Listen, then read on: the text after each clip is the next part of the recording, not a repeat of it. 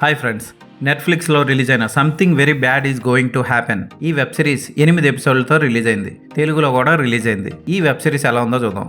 ఇద్దరు కారు వేసుకొని వెళ్తూ ఓ రెస్టారెంట్ దగ్గర ఆగుతారు. అక్కడ వాళ్ళకి కారులో ఒక చిన్న పిల్లాడు ఏమీ ఏడవకుండా డోర్ క్లోజ్ అయిపోయి ఉంటుంది, అందులో కూర్చొని ఉంటాడు. వాళ్ళ అమ్మ నాన్న వెతికే క్రమంలో వాళ్ళిద్దరూ టైం వేస్ట్ చేసుకుంటారు. ఆ తర్వాత ఆ జంటలో అబ్బాయి తండ్రి ఉంటున్న ఓ కాటేజ్కి వెళ్తారు. ఇంకా అక్కడ మొదలవుతుంది. వాళ్ళకి త్వరలో పెళ్ళి కాబోతుంది అని మనకి ఇండికేషన్ ఇస్తాడు దర్శకుడు ముందే. ఆ పెళ్ళి అయ్యే లోపు అసలు ఏం జరిగింది, ఆ అమ్మాయికి ఉన్న శాపం ఏంటి, ఆదివారం లోపు పెళ్లి చేసుకోకపోతే ఏమవుతుంది, ఇలాంటివన్నీ ఈ వెబ్ సిరీస్ చూసి తెలుసుకోవాలి. ఒక రొమాన్స్ లేదు, ఒక అద్భుతమైన కథనం లేదు, కూర్చోబెట్టే సబ్జెక్ట్ లేదు. ఏదో అలా సాగదీసుకుంటూ వెబ్ సిరీస్ని అలా తీశారనిపిస్తుంది. అంత గొప్పగా అనిపించదు. తెలుగు డబ్బింగ్ బాగుంది. ఫోటోగ్రఫీ అంతా మ్యాక్సిమం చీకట్లో బ్లూ కలర్లోనే ఉంటుంది. బోర్ అనిపిస్తుంది అనుకునే లోపు వెబ్ సిరీస్లో ఎపిసోడ్స్ అయిపోతూ ఉంటాయి.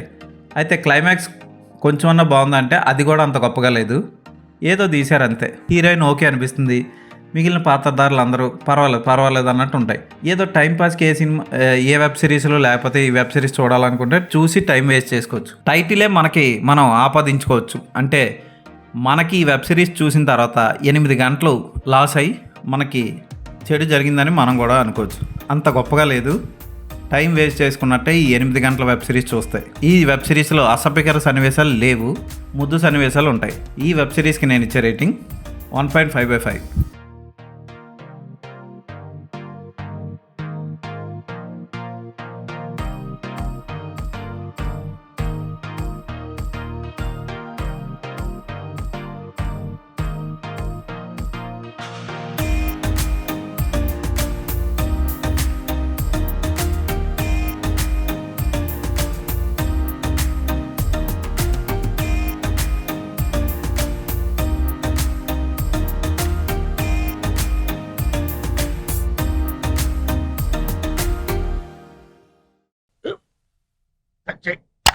మన స్కూల్ బెంచ్ లాగా ఎంత గట్టిగా ఉందోరా.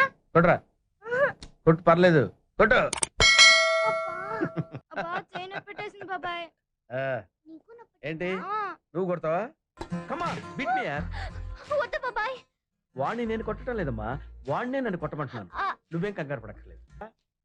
అడుగుతావేంటి?